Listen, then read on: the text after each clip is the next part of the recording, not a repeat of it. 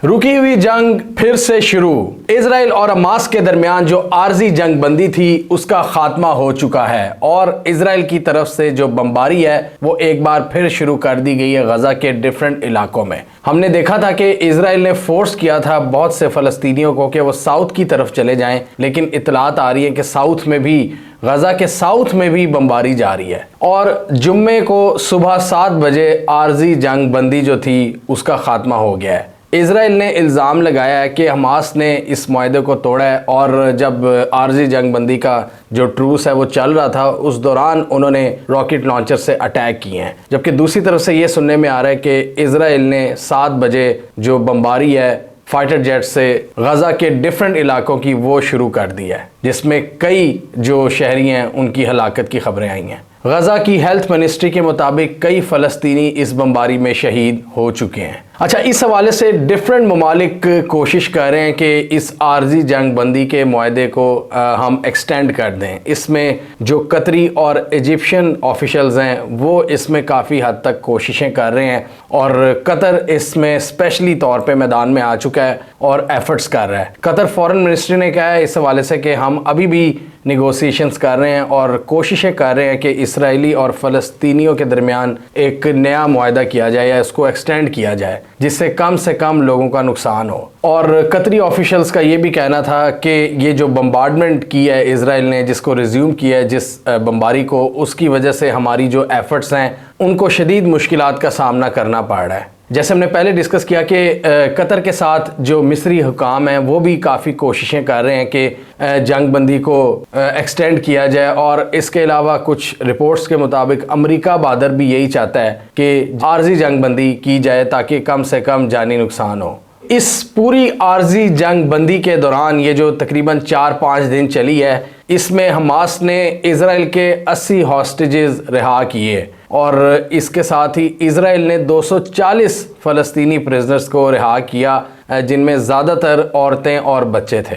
इसके अलावा हमास से और भी निगोसिएशंस जारी हैं ये कतरी हकाम की, जिसमें 20 फॉरेन नेशनल्स उनकी रिहाई के हवाले से बातचीत जारी है। नेतन्याहू के मुताबिक इजराइल के जो ऑब्जेक्टिव्स हैं इस जंग बंदी को लेकर वो ये हैं कि अपने मैक्सिमम हॉस्टेजेस को वो छुड़वाएं। इसके अलावा उनका ये भी एक टॉप एजेंडा है कि हमने हमास को एलिमिनेट करना है, मतलब जड़ से उखाड़ फेंकना है। ये उनका टॉप एजेंडाज में शामिल है कि अपने लोगों को भी छुड़वाना है और हमास को भी तबाह बर्बाद कर देना है, एलिमिनेट। और इसके साथ ही वो ये चाहते हैं कि गजा की तरफ से कोई थ्रेट इनको ना हो, हर तरह के थ्रेट को वो मुस्तकबिल के लिए न्यूट्रलाइज कर दें हमेशा के लिए। इस वक्त जो लड़ाई जारी है इजराइल और हमास के दरमियान, वो नॉर्दर्न इलाकों में, गजा की जो नॉर्दर्न स्ट्रिप है उसका तो हम सबको पता है कि वहाँ पर एक रिलेंटलेस बमबारी की है इजराइल ने, वहाँ पर जारी है। इसके अलावा सेंट्रल इलाकों में भी बमबारी जारी है और साउथ में भी, जिसको इजराइल कह रहा था कि एक सिक्योर एरिया हम बनाएंगे, वहाँ पर भी वो बमबारी कर रहे हैं। तो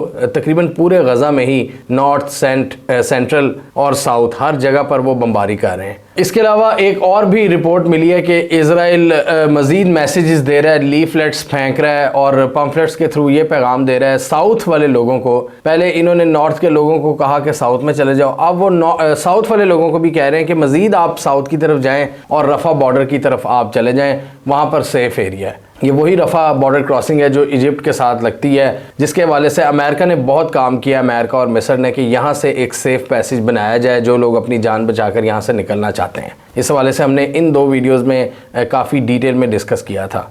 गज़ा की बात करें तो इस वक्त वहाँ पर पूरा जो निज़ाम ज़िंदगी है वो मफलूज हो चुका है। वहाँ पर पानी की किल्लत है, पेट्रोल की तो ऑलरेडी बहुत सख्त शॉर्टेज है, जिसकी वजह से बहुत से जो हस्पताल हैं उनको चलने में मुश्किलात आ रही हैं। बहुत से लोगों की जानें जा चुकी हैं, लोग वहाँ पर बड़ी मुश्किल तरीके से ज़िंदगी गुजार रहे हैं, खाने पीने की चीज़ें नहीं है, सप्लाई लाइन मुतासिर हुई हुई है और अल-शिफा हॉस्पिटल और जो दूसरे कई हॉस्पिटल्स हैं वहाँ पर भी इजराइल की नज़र है कि उनको भी न्यूट्रलाइज़ किया जाए। और एक ये भी बात काबिल गौर है कि इस पूरे ये जो 5-6 दिन का ट्रूस था, ये जो आर्जी जंग बंदी थी, इसके दौरान इजरायली फोर्सेस ने जो वेस्ट बैंक साइड वाला फ़लस्तीन है जो यरूशलेम के पास है, वहाँ पर भी काफ़ी ज़्यादा लोगों को पकड़ा है और वहाँ पर भी उनकी फोर्सेस की जो हॉस्टाइल एक्टिविटीज़ हैं वो जारी हैं, उनमें शिद्दत आ गई है। ये जो एक आर्जी जंग बंदी हुई थी, इसकी वजह से थोड़ा सा इमदादी सामान तो आया है गज़ा के अंदर रफ़ा बॉर्डर क्रॉसिंग के थ्रू, लेकिन ये इनफ नहीं है जो 2.2 मिलियन लोगों को वो केटर कर सके। 12 से 13 हज़ार लोग इसमें मारे जा चुके हैं इस कॉन्फ्लिक्ट में और 2 मिलियन से ज़ायद अफराद इस वक्त शदीद बहुत ज़्यादा इमदाद के मुंतज़िर हैं जो कि जंग की वजह से मुतासिर हुई भी है। कुछ एड तो पहुँच रही है, वो साउथ के कुछ इलाकों में पहुँच रही है, लेकिन अब एक बार फिर हॉस्टिलिटीज़ में इजाफा हो गया है और इसराइल की बमबारी एक बार फिर शुरू हो गई है। अब ये जो आने वाले दिन आएंगे इसमें मज़ीद लड़ाई में इजाफा होगा। जो हमास के जो फाइटर्स हैं जो एक अर्बन वॉरफेयर में इंडल्ज हो चुके हैं इसराइल के साथ, वो भी इन पर हमले करेंगे।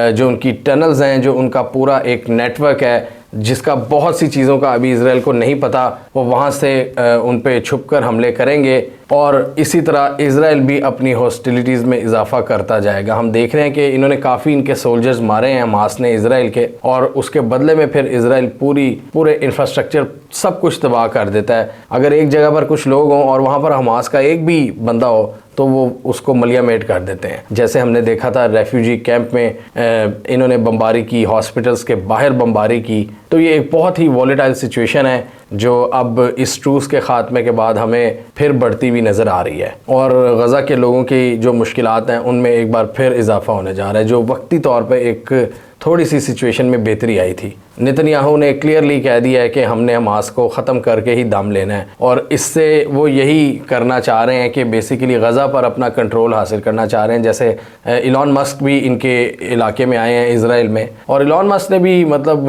वो क्लियरली था वो कि प्रेशर में आके उन्होंने कहा कि जी हाँ, आपको हर तरह का एक्शन करना चाहिए अपने सेल्फ डिफेंस में। और पहले हम बात कर रहे थे कि वो स्टारलिंक गज़ा में पहुंचाने की बात कर रहे थे, अब इसराइल ने कहा हमारी अप्रूवल से स्टारलिंक गज़ा में जाएगा। तो हर तरह का बेसिकली नज़र यही आ रहा है कि वो गज़ा पर अब मज़ीद गज़ा तक वो काबिज़ होना चाहते हैं। तो ये चीज़ डेफिनेटली जो गज़ा के लोग हैं, जो फ़लस्तीनी हैं, उनके लिए एक कोई अच्छी चीज़ नहीं है। अब देखना ये है कि ये जंग कहाँ तक जाती है, इसका क्या नतीजा होगा। हमें कमेंट सेक्शन में बताइए आप इस जंग को कहाँ तक जाता हुआ देख रहे हैं। क्या हमास के फाइटर्स कोई सीरियस रेजिस्टेंस दे पाएंगे इजरायली फोर्सेस को, या इजरायली फोर्सेस अपने जो एजेंडा है वो इसमें कामयाब हो जाएंगी कि टोटल एलिमिनेशन ऑफ हमास और वहाँ पर फिर अपना कंट्रोल उनकी सरपरस्ती में चलेगा गज़ा। पहले ही बाढ़ लगी हुई है बाहर, अब वो अंदर भी चाहते हैं कि सब कुछ हमारी मर्जी से हो। कमेंट कीजिए। इसके अलावा हमारा यूट्यूब चैनल सब्सक्राइब कर लो, साथ ही वो बेल आइकन भी दबा लें ताकि वो स्टोरीज दुनिया भर से पाकिस्तान से जिनकी मेन स्ट्रीम मीडिया पर प्रॉपर कवरेज नहीं होती हमारे प्लेटफॉर्म के थ्रू आप तक टाइम पर पहुंच जाएं।